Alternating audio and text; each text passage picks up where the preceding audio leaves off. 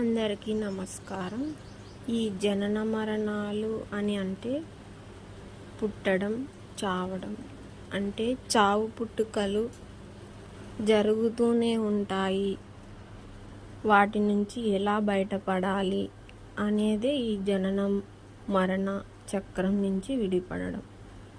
ఇలా చావడం, పుట్టడం, మళ్ళీ చావడం, పుట్టడం, చావడం ఇలా జరుగుతూనే ఉంటుంది.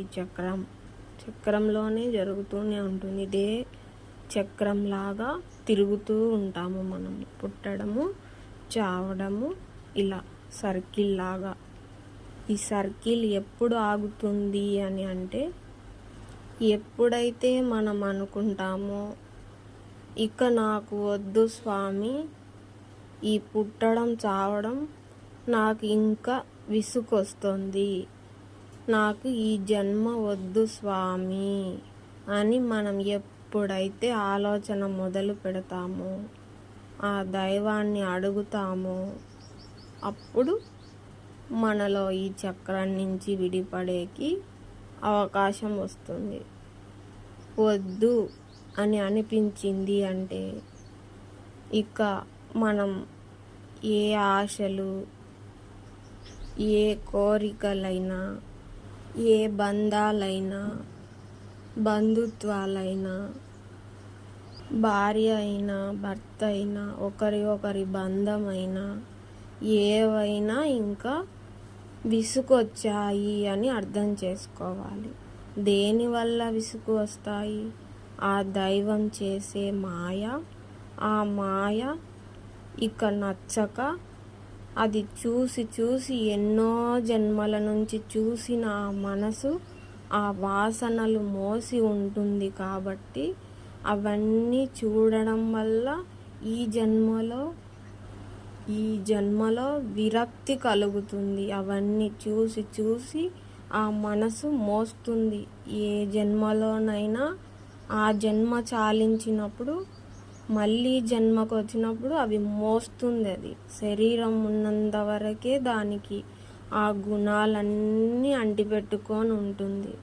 తర్వాత వదిలిన తర్వాత మళ్ళీ వేరొక జన్మ తీసుకున్న తర్వాత మళ్ళీ ఆ జన్మలలో శరీరం ఏదైనా ఆ గుణాలనే అది తీసుకుని వారి గుణాలు ఏ లక్షణాలైతే ఉంటాయో ముందు జన్మలో ఆ లక్షణాలే వాసనలుగా, అది వాసనా బలముగా మారుతుంది. మనం ఏదైతే ఒక భోజనాన్ని, ఒకే రకం భోజనాన్ని ప్రతిరోజు ఒక 10 రోజులు తింటే విసుగు, వాంతికి వచ్చినట్టు, అలా ఎన్నో జన్మల నుంచి ఈ సంసారం అనే ఈ బాధలు, ఈ బంధాలు, మోహాలు ఎన్నో జన్మల నుంచి మోహం పడి విరక్తి కలిగి, అవి తీరిన తృప్తి లేక అవన్నీ చూసి విరక్తి కలిగి ఇక వద్దు దేవుడా అనేంత వరకు మనకి ఇలా తిరుగుతూనే ఉంటాము. ఏదైతే మనం అనుకుంటామో ఇక వద్దు అని, అప్పటి నుంచి మనకు దైవం అనేది ఇంకా ఈ చక్రంలో వద్దు నాన్న, నేను ఈ చక్రం నుంచి నిన్ను పక్కకి లాక్కెళ్తాను అని చెయ్యి పట్టుకుని పక్కకి పిలుచుకుంటాడని మనం అర్థం చేసుకుంటే, ఆ అనుభూతి చెందినప్పుడు మనకి బాగా అర్థమవుతుంది. అయితే బాగున్నవారు అన్నీ సాగుతున్నాయి అని అంటారు కదా, సాగినంత కాలము సాగుతాయి అని. వారి పుణ్యఫలము వల్ల వారికి హాయిగా ఉంటుంది. వారు హాయిగా ఉందని నాకు ఎందుకు ఇచ్చావు దేవుడా అని అన్నారు కదా. వారి పుణ్యం ఫలము, వారు కోరినది, వారు కోరుకున్నది అనుభవించడం వల్ల వారికి ఆ జన్మ వద్దని అనిపించదు. అయితే డబ్బులు ఉన్నవారైనా, అన్నీ ఉన్నవారైనా ఈ వాసనా బలం, ఈ సంసారము, ఈ మోహాలు ఇవన్నీ వద్దు అనుకుంటే, ఎంత డబ్బు ఉన్న వారిలోనైనా నాకు వద్దు స్వామి అనే మార్పు కూడా రావచ్చు. దానికి ఉదాహరణ మన బుద్ధుడేనండి. ఒక్కసారి విరక్తి కలిగిందా, ఇక ఎన్ని ఉన్నా ఏమి లేకపోయినా ఇంకా మార్పు ఇంకా వచ్చేస్తుంది. అలా అన్నీ ఉన్న బుద్ధుడే రాజ్యాన్ని అంతటినీ వదిలేసి వెళ్ళాడు. అంత ఉన్నా కూడా, అంత భోగభాగ్యాలున్నా అన్నింటినీ వదిలేశాడు కదా బుద్ధుడు. దేనివల్ల అంటే విరక్తి వల్ల. ఇక నచ్చవు వారికి ఏ భోగభాగ్యాలు కానీ, ఏమి ఇచ్చినా ఏం చేసినా వారికి ఇక రుచించవు అవి.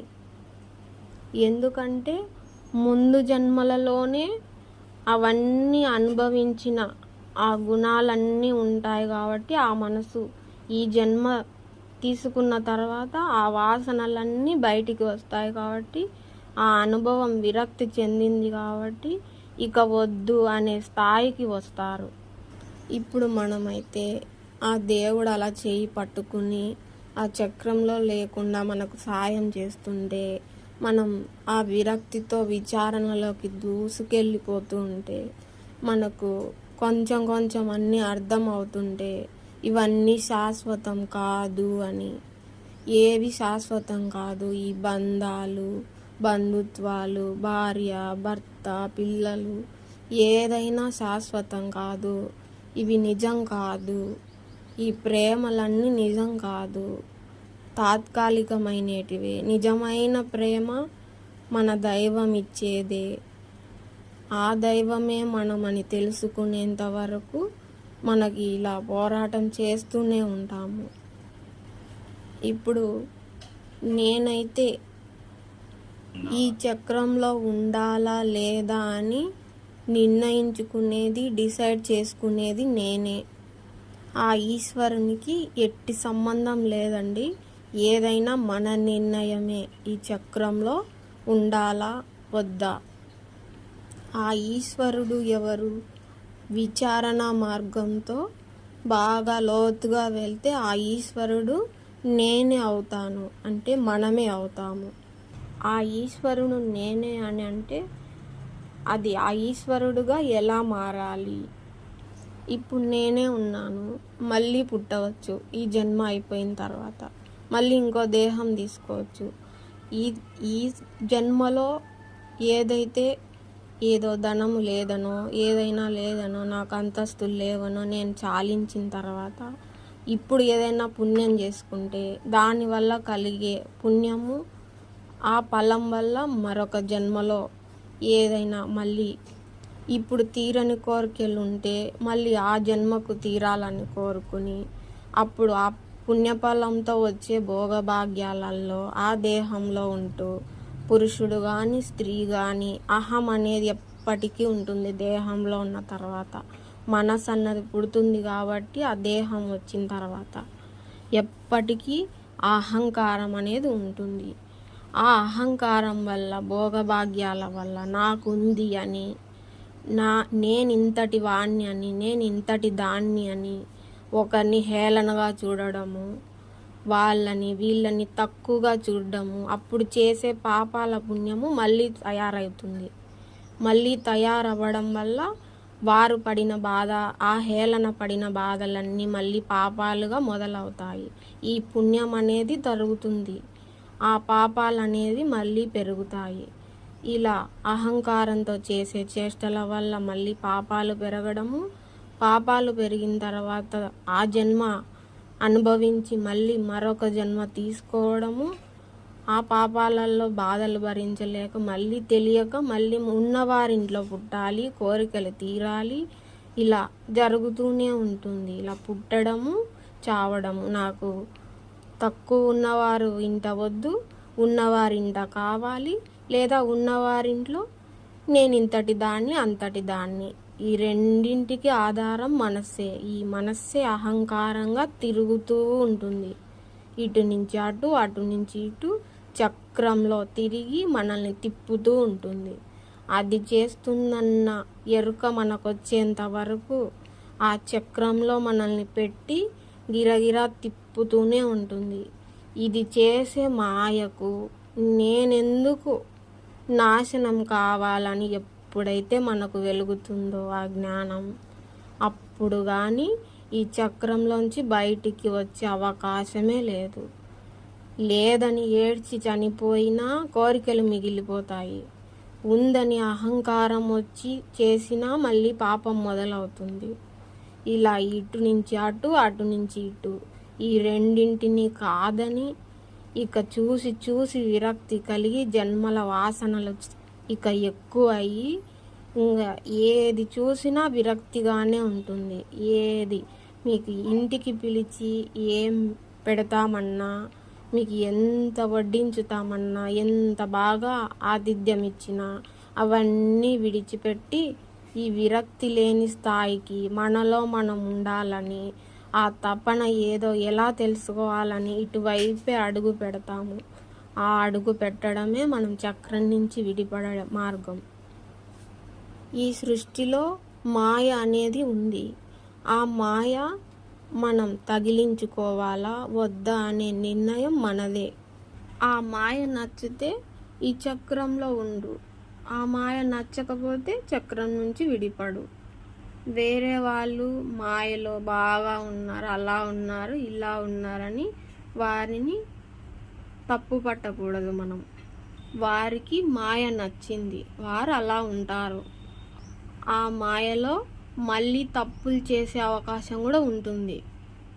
ఆ ఈశ్వరుడు అలానే పెట్టాడు దాన్ని. ఇది ఒక రీసైకిల్.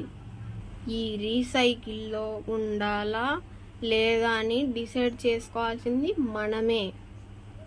దైవం ఉంటే మాయ ఉంటుంది, మాయ లేకుండా దైవం ఉంటుంది. కానీ బాగా గమనించుకోవాలి, దైవం మాయ లేకుండా ఉండగలడు. ఎందుకంటే ఆ దైవమే మాయని సృష్టించాడు కాబట్టి. ఇది ఒక సబ్జెక్టు. నువ్వు తిరిగి తిరిగి తిరిగి ఎన్ని తిరుగుళ్ళు తిరిగినా చిట్ట చివరికి దైవం వైపుకే రావాలి. ఉదాహరణకు ఒక ఇల్లు ఉందనుకోండి, 5 వాకిళ్ళు ఉన్నాయనుకోండి, అదే తలుపులు. ఆ ఇల్లు మనమే అనుకుందాము. ఆ తలుపుల అనే విషయంగా ఉదాహరణకు ఒక తలుపు నుంచి బంధువులు, ఇంకొక తలుపు అంటే వాకిలి, అటువైపు నుంచి డబ్బు అనుకుందాం, ఇంకొక వైపు ఫ్రెండ్స్ తలుపు అనుకుందాము, ఇంకొక వైపు భార్య పిల్లలు కానీ లేదా భర్త పిల్లలు కానీ. ఈ అన్ని తలుపులు మూసేసుకుంటాయి. కర్మ వల్ల అన్ని తలుపులు మూసేసుకుంటాయి. ఈ కర్మ వల్ల అన్ని తలుపులు మూసుకున్నాయి. ఉన్న ఒక్క తలుపు ఉన్న తలుపు ఒక్కటి, ఆ వాకిలి అనే డోరు, అది ఆ దైవం ఒక్కటే తెరిచి ఉన్నాడు. ఇంకా అప్పుడు నేను ఎవరు అని ప్రశ్నించుకుంటేనే అన్ని దావలు ఇంకా బంద్ అయి ఉంటాయి. మనం చేసుకున్న కర్మ అలా తెచ్చి పెడుతుంది అన్ని వాకిళ్ళు మూసుకునేలాగా. నేను నిజమా, ఈ దేహం నిజమా, ఈ మనసు నిజమా, ఈ మనసు చేసే ఈ బంధాలన్నీ ఆకట్టుకునే భార్య కానీ భర్త కానీ నిజమా? ఇప్పుడు భార్య ఉంటుందో భర్తకి, ఆ భార్య నన్ను బాగా చూసుకుంటుంది, అన్నీ బాగా సవ్యంగా అన్నీ తీర్చిదిద్దుతుందనే ఆలోచన ఉంటుంది. ఆ ఆలోచనకి అది నిజం కాదు, కేవలం ఒక బంధం ఉన్నట్లు ఉంటుంది, కానీ నిజం కాదు. లోతుగా పరిశీలించేంత వరకు ఒక భార్యకు భర్త కూడా అన్నీ తెచ్చి పెడుతున్నాడు, లేదు అవన్నీ బాగా చూసుకుంటే చూసుకున్నట్లు, లేదంటే లేనట్టు. ఏవైనా సవ్యంగా చీరలు సారెలు అన్నీ తెచ్చి పెడుతున్నాడా భర్త అని అంటే బాగున్నాడు భర్త అని అంటారు. లేదు అని అంటే నాకు ఇదేమి కర్మనో ఇదేమిటో అని పక్కన వాళ్ళకి వాళ్ళకి చెప్పుకుంటాం. అన్నీ విన్నటివే మనం. ఇవన్నీ చూస్తూ మనమేం నేర్చుకోవాలనేదే మనం తెలుసుకోవాలి. అంటే తెచ్చి పెడితే మంచి భర్త, తేకోకుంటే మంచి భర్త కాదు అంటే అక్కడ మనకు నిజం కాదు అంటే ఏదో ఆశించుతుంది మనసు. ఆశించే ఒక మనసు ఉన్నప్పుడు అది వ్యాపారం లాగా అవుతుంది. కానీ జీవన విధానానికి అవసరం కాబట్టి అవి లోకంలో కనబడుతూ ఉంటాయి కాబట్టి ఇవన్నీ లేకపోతే ఎలా అని అనవచ్చు. మనం అంతరంగంలో మనం ఆలోచించేటప్పుడు ఎంతవరకు అవసరమో తెచ్చిన ఆ స్తోమతకు బట్టి ఎంత తెచ్చినా భర్త అది తెచ్చిన దానిని బట్టించి తను అర్థం చేసుకుంటే దానివల్ల ఎంత నిజం ఉంది, ఎంత మటుకు వారు కలిసిపోయారు ఆ లేని స్థాయిని ఏమిటి అని అంతకంతకు ఆలోచించుకుని వారి ఆలోచనలు ఒక్కటైతే వారు కూడా ఒకే స్థాయిలో ఉన్నారని అర్థం చేసుకోవచ్చు. ఈ భేద భావనలు ఉన్నప్పుడు తెచ్చిపెట్టినా తేకపోయినా అనే ఈ మనోవ్యాపారాలు ఉన్నాయి అని అన్నప్పుడు నేనైతే ఆలోచించుకుంటూ ఉంటాను. మా ఆయన ఏదన్నా తెస్తేనేనా తేకోకుంటే ఏమీ కారా అనే విచారణలన్నీ నేను చేస్తానండి. మీకు చేసుకుంటే అది ఎంత మటుకు అనేది మీకు అర్థమవుతుంది. ఒక సమయంలో ఏదైనా వస్తువు తేవచ్చు, ఒక చీర తేవచ్చు, ఒక సమయంలో ఒక సందర్భంలో తేలేని పరిస్థితి ఉండవచ్చు. దానిని అర్థం చేసుకుని దాన్ని పరిశీలన చేసుకుని అయినప్పటికీ మనం ఎంతో బాగా చూసుకుంటున్నారని తృప్తి పడితే దాని మోక్షం వచ్చిందన్నట్లు కూడా మనం అర్థం చేసుకోవచ్చు. లేదు అయినా కూడా ఇంకా నాకు కావాలి, ఎన్ని తెచ్చిపెట్టినా నాకు ఇంకా ఏం తేలేదు అని అంటే అది ఇంకా తీరనట్లే. ఇంకా ఆ కోరికలు దేనికైనా తృప్తి ఉండాలి. ఎన్ని తెచ్చిపెట్టినా ఇంకా తేలేదు అనుకుంటే తృప్తి లేని జీవితం ఇంకా జన్మలు తీసుకుంటూనే ఉంటాము. ఇక భర్త అయితే భార్య ఎంత చేసి పెట్టినా ఇంకా ఏం చేసి పెట్టావు నువ్వు, అందరు ఆడవాళ్ళలాగే నువ్వు చేశావు, ఇంతే నన్ను చేసేది, ఇది ప్రపంచంలో ఎవ్వరు చేయలేదా అని మాట్లాడుతుంటే మటుకు ఆ భర్త తన విలువని అర్థం చేసుకోకపోతే దానికి అర్థం అనేది ఉండదు. అలా భార్య విలువ తెలుసుకోక తారతమ్యాలు అనేటివి తెలియక ఇలా జన్మ లైఫ్ చేసుకొని ఉంటాము. ఇలా భర్త కానీ భార్య కానీ తృప్తి లేని భార్య కానీ తృప్తి లేని ఒక భర్త కానీ ఏ బంధమైనా సరే దాన్ని అర్థం చేసుకుని దాన్ని మెలిగే ఒక జ్ఞానం మనకు వచ్చేంత వరకు ఉన్న జీవితంలోనే తృప్తిగా ఉండడం నేర్చుకుంటే ఇక మాయ అనేది రాదు. ఏదైతే తేలేదని మొదలు పెడతామో అది మాయ. వాళ్ళు అది కొన్నారని వీళ్ళు ఇది కొన్నారని అక్కడ మొదలవుతుంది మనకి మాయ. వాళ్ళు తెచ్చుకున్నారు, కారు తెచ్చుకున్నారు, బండి తెచ్చుకున్నారు, ఇలా ఏవేవైతే తెచ్చుకున్నారో దానికోసం మళ్ళీ డబ్బులు కావాలని ఏవైనా తప్పులు జరగవచ్చు. లంచం తీసుకొని వ్యాపారాలు చేయొచ్చు, మోసం చేసి వ్యాపారాలు చేయొచ్చు. మన కుటుంబం బాగా ఉండాలి, మనం బాగుండాలి, మన పిల్లలు బాగుండాలి అని అనుకోవడం తప్పు కాదు. ఏవైనా కోరికలు అతిగా కోరుకునే కోరికల కోసం చేసే పనుల వల్ల తప్పులు జరిగి ఆ తప్పుల వల్ల కర్మలు సృష్టించి ఆ సృష్టించిన దాంట్లో కర్మలో చిక్కుకుని ఆ చేసిన కర్మ మళ్ళా జన్మ ఎత్తి మళ్ళా మోసి దాన్ని తెలుసుకుని మళ్ళా ఏడ్చి మళ్ళీ దేవుడా వద్దు అనేంత వరకు ఈ కర్మలు చుట్టుకుంటూనే ఉంటాయి. దీనిలో తెలుసుకునేంత వరకు ఈ చక్రంలో తిరుగుతానే ఉంటాం. మనం అర్థం చేసుకుంటే ఆ వద్దు అనే స్థాయి ఏదైతే వచ్చిందో ఇక వద్దు స్వామి జన్మ ఒక్కసారి అంటే అయిపోదు. ఎందుకంటే జీవనం ఇది ప్రతిరోజు గడవాలి, ప్రతిరోజు జరుగుతూనే ఉంటుంది. చుట్టూ ప్రపంచం ఉంటుంది, మాయ ఉంటుంది. ఆ మాయ మనం కాదు, అది మనసు లోపల నుంచే అది తెచ్చి పెడుతుంది. బయట లేదు మాయ, బయట రూపాలుగా తిరుగుతుంది. లోపల నుంచి ఉద్భవించిన వాళ్ళ ఆలోచనలతో తయారు చేసినదే ఈ సృష్టి. ఆ సృష్టి ఉండడంలో అది నిజం అనుకుని, అదే మనం కావాలనుకుని వాళ్ళు పొందుతున్నారు, మనం పొందలేకపోతున్నాము అని అనుకోవడం వల్లే ఈ మాయ. అది మనలోనే ఉంది, అది అలా అనుకోవడం వల్లే అది మాయగా అనిపిస్తుంది అని తెలియడం లేకపోవడం వల్లనే ఈ బాధ, దుఃఖము, చక్రము. ఈ బాధ, దుఃఖం కూడా ఎక్కడి నుంచి వస్తుంది? మనసు చేసే గారడి వల్ల వస్తుంది. ఇప్పుడు భార్య ఏదైనా ఒక మాట బాధపడిందా, అది అహంకారమే. భార్యను భర్త అన్నాడు అనుకోండి, ఓ మాట అన్నాడు, దానికి దుఃఖంతో ఏడుస్తూ ఉండడము అహంకారమే. ఏడ్చినా నవ్వినా నాకు ఇది ఉందని అన్నా ఏదైనా అహంకారమే. ఆ అహంకారం రూపమే ఆ మనస్సు.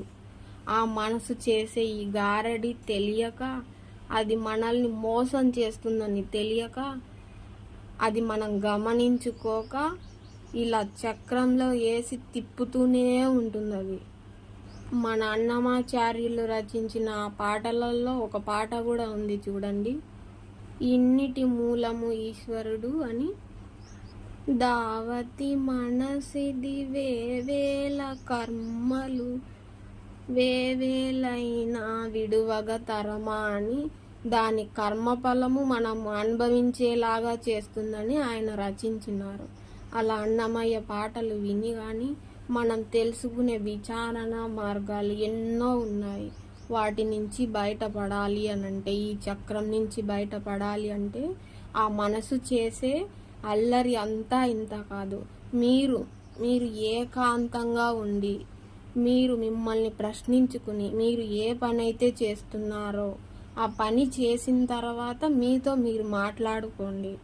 ఆ మాట్లాడుకునేటప్పుడు మీరు ఒక పని ఏదైనా మంచి చేస్తే దానికి ఒకరు పొగడాలని కానీ ఎదురు చూస్తూ ఉంటుంది. ఏదైనా బాగా చేస్తే పొగుడతారు మనల్ని, బాగా చేశారు, ఇంత బాగా చేశావు నువ్వు అని పొగడాలని ఎదురు చూస్తూ ఉంటుంది.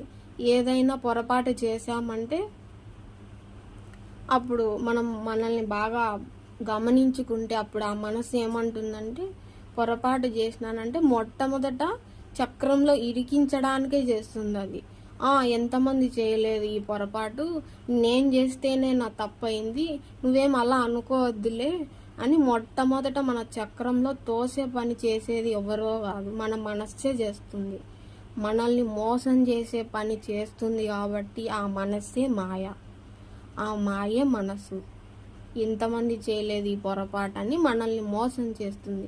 దాన్ని పక్క నుంచి ఈ తప్పు నేను చేసినాను అని మనల్ని అర్థం చేసుకుని, నువ్వెందుకు చెప్తున్నావే, నన్ను నేను సరిదిద్దుకుంటుంటే నువ్వెందుకు అడ్డుపడుతున్నావు, ఇంకా ఎన్నాళ్ళని నన్ను చక్రంలో ఇరికించుతావు, నీ నాటకాలు చాలించు అని ఎప్పుడైతే మనం దానికి రివర్స్ అయినప్పుడు, అప్పుడు ఖచ్చితంగా భగవాన్ చెప్పిన ప్రకారంగా అది హులక్కి అయిపోతుంది. అంటే అక్కడి నుంచి మాయమవ్వడం అది కంటికి కనపరాదు. మనలో మనం ఆ గమనిక పెట్టి దాన్ని తిట్టినప్పుడు ఖచ్చితంగా అది మాయమవ్వడం అనేది మనకు ఖచ్చితంగా కనపడుతుంది. ఇది నా అనుభవంతో చెప్తున్నా, మా వారి అనుభవం కూడా ఇదే. అలా మన తప్పుల్ని మనం సరిదిద్దుకునేటప్పుడు ఆ మనసు చిక్కినప్పుడు అది తప్పుకుంటుంది. కొన్నిసార్లు చెప్పి తిట్టినప్పుడు సిగ్గుతో తల దించుకుని ఉండడం కూడా మనం చూస్తాము. సిగ్గుతో తల దించుకుని సరేలే అని తల దించుకోవడం కూడా మనం ప్రత్యక్షంగా చూడొచ్చు మనలో మనము. కొన్నిసార్లు ఇలా మనం రివర్స్ అవ్వడము, చెప్పడము, దానికి రివర్స్ చేసినప్పుడైతే కొన్ని విషయాలు దాంతో మాట్లాడితే, నేను ఎవరి కోసమన్నా చెప్తున్నానా, నేను నీ మేలు కోసమే, నీ బాగు కోసమే కదా చెప్తున్నాను అంటుంది. మనం ఎరుకతో ఉన్నామని దానికి అర్థం అయ్యేసరికి సరేలే అని మెల్లగా జారుకోవడం కూడా కనపడుతుంది. అది మనస్సే అని దాని మీద మనం టార్గెట్ పెడితే, మనకు భగవాన్ చెప్పిన ప్రకారంగా దాంతో మనం మాట్లాడడం మొదలు పెడితే, భగవాన్ రమణులు చెప్పినట్లు గాఢ నిద్రలో ఉందా లేదా అని ఆలోచించుకుంటే గాఢ నిద్రలో ఉండదు. ఆ ఉండని దానికి ఉదయం లేచిన తర్వాత నుంచి మొదలు పెడుతుంది. కాబట్టి అప్పుడు మనల్ని మనం డివైడ్ చేసుకొని ఆ మనసు నుంచి అప్పుడు మనం స్టార్ట్ చేస్తే అవి ఉన్నాయి పనులు, ఇవి ఉన్నాయి, ఇంత లేట్ లేస్తావా లేదంటే లేకపోతే ఆ పనులు ఆగిపోతాయని మొదలు పెట్టింది అనుకోండి, అప్పుడు మనము దాంతో నువ్వు మళ్ళీ మొదలు పెట్టావా, నీ నాటకాలు చాలని దాంతో మనం మాట్లాడవచ్చు. ఇంకా ఎన్ని చేష్టలు చేస్తున్నావే, ఎన్ని జన్మల నుంచి నన్ను టార్చర్ పెడుతున్నావే అని మనం మాట్లాడడం మొదలు పెడితే రోజు రోజు ఇలా దాంతో మనం మాట్లాడడం మొదలు పెడితే అది ఇంకా ఉన్న విషయాలన్నింటినీ మనం మళ్ళించితే దాంతో అలా మాట్లాడి మాట్లాడి మనలో మనం మెరుగు అవుతా వస్తే పరివర్తన అనేది బాగా వస్తుంది మనకి. అప్పుడు ఇంకా ఇది ఇక కాదులే అని మనం విచారణతో బయట విషయాలన్నీ తెలుసుకుంటూ ఉంటే ఆ విషయాలన్నీ చెప్పి దాన్ని నేర్పించి ఇది కాదు, ఇది నిజం కాదు, ఇది అబద్ధము, జన్మల నుంచి చేసిన మాయ చాలు, ఇక నేను విడిపడతాను నీ చక్రం నుంచి, నీ ఆటలు చాలని చెప్పగా చెప్పగా చెప్పగా దానికి ఇక అప్పుడు అర్థం చేసుకుని ఇక చాలు తల్లి అంతరంగంలోకి రా, దైవంగా మారు, ఇక జీవుడిలాగా బతకాలనుకోవడంలా ఇక నువ్వే నేను, నేనే నువ్వు, ఈ రెండు దేవుడే అనే స్థాయికి నేను వెళ్ళాలనుకుంటున్నానని అర్థం అయితే మనకు ఆ స్థాయి వస్తే ఆ దేవుడు మనమే అని తెలుసుకుంటే ఆ చక్రంలో మనం ఉండము.